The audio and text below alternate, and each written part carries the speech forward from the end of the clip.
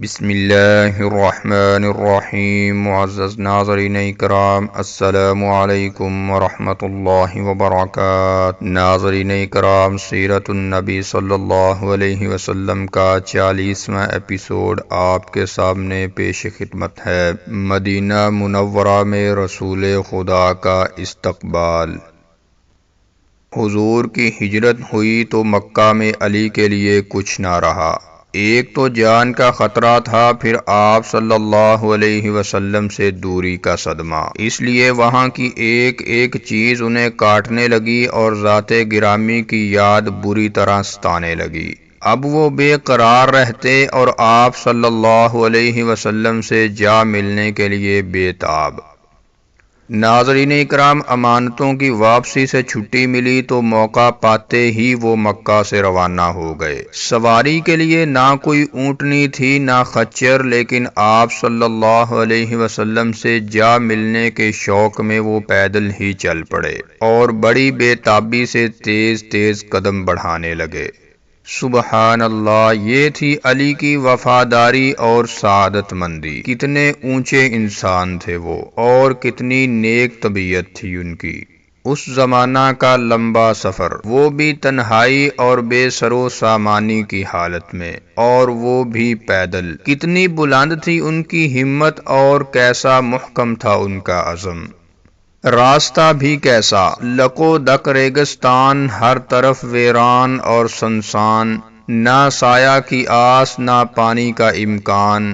اوپر سے چلچلاتی ہوئی دھوپ، نیچے سے تپتی ہوئی ریت جیسے آگ کی چنگاریاں، لیکن یہ سب چیزیں ایک طرف، رسول خدا صلی اللہ علیہ وسلم کی محبت ایک طرف۔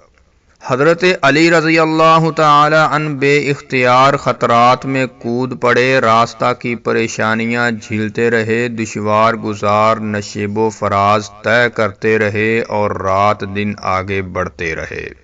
ان کو بس ایک ہی دھن تھی، ایک ہی آرزو تھی، ایک ہی تمنا تھی، پیارے بھائی کا قرب، مخلص ساتھیوں کی ملاقات، اور بس وہ چلتے رہے یہاں تک کہ تلوے لہو لہان ہو گئے، پیر بے جان ہو گئے اور چلنے کی طاقت نہ رہی، لیکن حوصلے ابھی جوان تھے۔ ایک دھن تھی جو انہیں بے اختیار کھینچے لیے جا رہی تھی، اور ان کے پیر خون میں نہائے ہوئے تیزی سے بڑھے چلے جا رہے تھے۔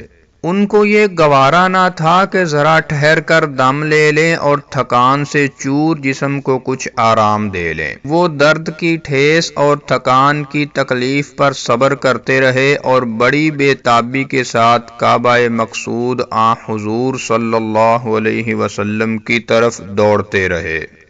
معزز ناظرین، مدینہ کے 3 میل کے فاصلہ پر ایک چھوٹی سی آبادی تھی۔ یہ ذرا اونچائی پر واقع تھی اور عالیہ اور قباء کے نام سے مشہور تھی۔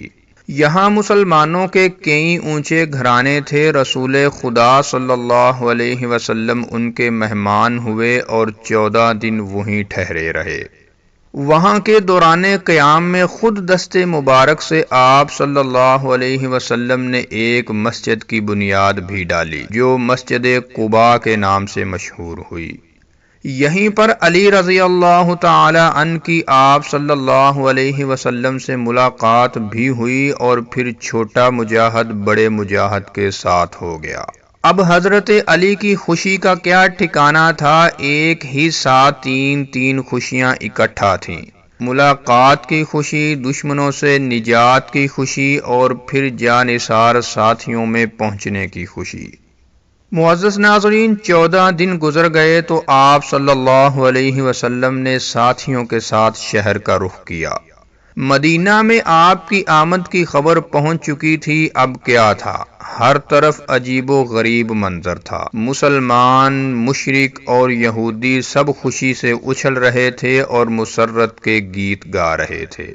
سارے ہی لوگ شوق و محبت سے بے تاب تھے، ہر طرف ایک ہمہ ہمی تھی، ہر طرف آپ کی آمد تھی، سب پر انتظار کا عالم تھا۔ ننھے ننھے بچے تک خوشی سے ناچ رہے تھے اور گلیوں میں کہتے پھرتے تھے، پیارے نبی آ رہے ہیں، پیارے نبی آ رہے ہیں۔ لوگ ہر روز صبح تڑکے ہی شہر سے باہر نکل جاتے اور بڑی بے تابی کے ساتھ افق پر نظریں جما دیتے۔ اسی طرح وہ پہروں آپ صلی اللہ علیہ وسلم کا راستہ دیکھتے رہتے اور پھر مایوس ہو کر حسرت کے ساتھ لوٹ آتے۔ ایک دن وہ انتظار کر کے واپس جا چکے کہ ایک اونچے ٹیلے سے ایک آواز بلند ہوئی اور ساری فضا میں گونج اٹھی، لوگوں جس کا انتظار تھا وہ آ گیا۔ یہ ایک چھوٹا سا جملہ تھا جس پر سارا مدینہ بے تاب ہو اٹھا اور سب کے دل اچھلنے لگے۔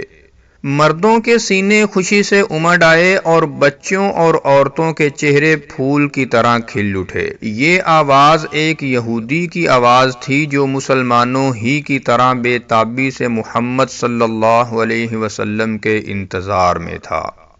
اس نے اپنی آنکھوں سے دیکھا کہ ہر مسلمان محمد کے انتظار میں خوشی سے بے قابو ہے، ہر ایک کے گھر عید کا سماں ہے، ہر سو ایک عجیب دھوم دھام اور چہل پہل ہے۔ کیوں محمد آ رہے ہیں؟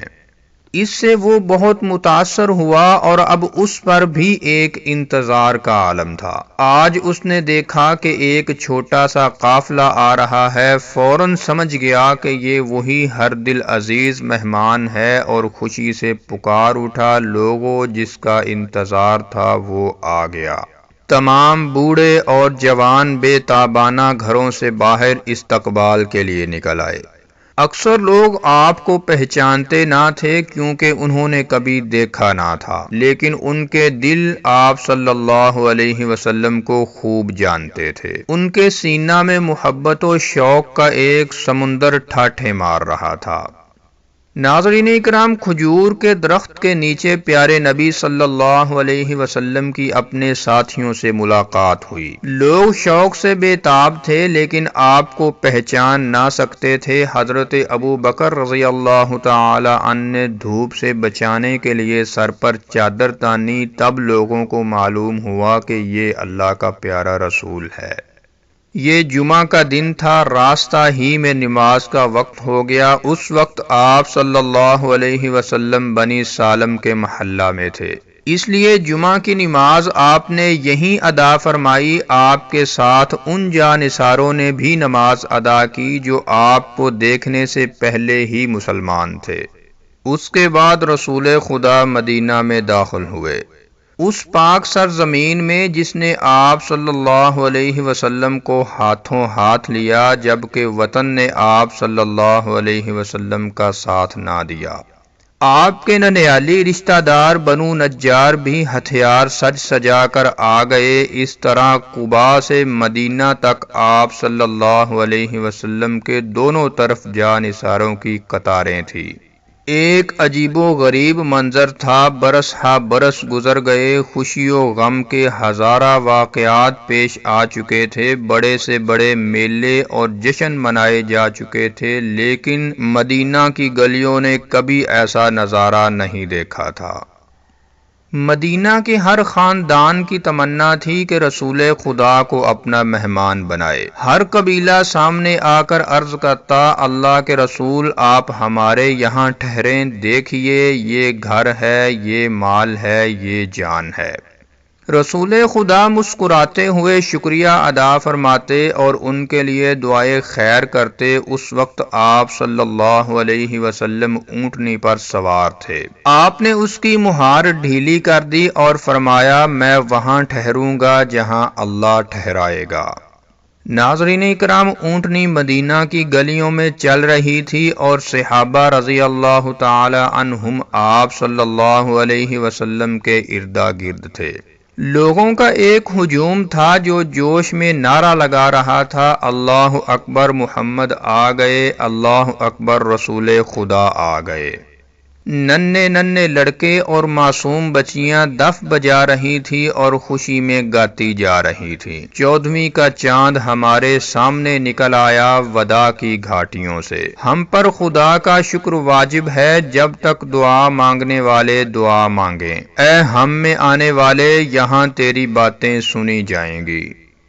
عورتیں گھروں کی چھتوں پر چڑھ گئی تھیں اپنے معزز مہمان کو ایک نظر دیکھ لینے کے لیے، مرد بھی اونچی اونچی جگہوں پر چڑھ گئے تھے اور اس طرح خراج عقیدت پیش کر رہے تھے۔ پیارے نبی صلی اللہ علیہ وسلم کی اونٹنی چلتی رہی، پھر ایک جگہ آ کر ٹھہر گئی اور وہیں بیٹھ گئی۔ یہ خاندان نجار کے 2 یتیموں کی زمین تھی، اس میں کچھ قبریں تھیں، کچھ کھجور کے درخت تھے۔ اونٹنی بیٹھی تو پیارے نبی صلی اللہ علیہ وسلم اتر آئے، پھر فرمایا یہ زمین کس کی ہے؟ آپ یہاں مسجد بنانا چاہتے تھے۔ افرا کے بیٹے معاذ رضی اللہ تعالی عنہ آگے بڑھے، عرض کیا رسول خدا، سہل اور سہیل 2 بچے ہیں، یہ زمین انہی کی ہے۔ باپ کا سایہ سر سے اٹھ چکا ہے اور اب وہ دونوں میری ہی پرورش میں ہیں، آپ خوشی سے یہاں مسجد بنوائیں، میں انہیں راضی کر لوں گا۔ لیکن آپ صلی اللہ علیہ وسلم نے خود ان یتیموں کو بلاوا بھیجا۔ ان دونوں نے سنا تو یہ زمین مفت دینی چاہی، مگر آپ صلی اللہ علیہ وسلم نے یہ پسند نہ فرمایا اور قیمت دے کر خرید لی۔ پھر زمین برابر کی اور مسجد بننی شروع ہو گئی۔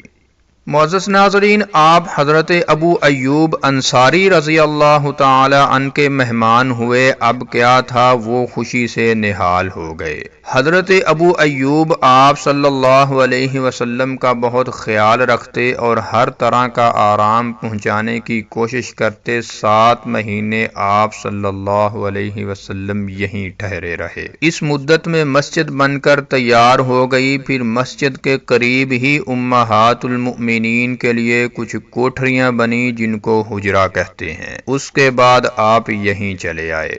رسول خدا قبیلہ نجار میں ٹھہرے تو قبیلہ والوں کو کتنی خوشی ہوئی، اس کا اندازہ کون کرے۔ نجار کی لڑکیاں خوشی سے اچھلتی تھیں اور بے خود ہو کر یہ گیت گاتی تھیں: ہم خاندان نجار کی لڑکیاں ہیں، اے ہے محمد ہمارے پاس رہیں گے۔ تو ناظرین کرام، یہ تھا سیرت النبی صلی اللہ علیہ وسلم کا 40واں ایپیسوڈ، اور اگر آپ سیرت النبی صلی اللہ علیہ وسلم کا 39واں ایپیسوڈ دیکھنا چاہتے ہیں تو اوپر کراس کے بٹن پر کلک کر کے دیکھ سکتے ہیں۔ السلام علیکم ورحمۃ اللہ وبرکاتہ۔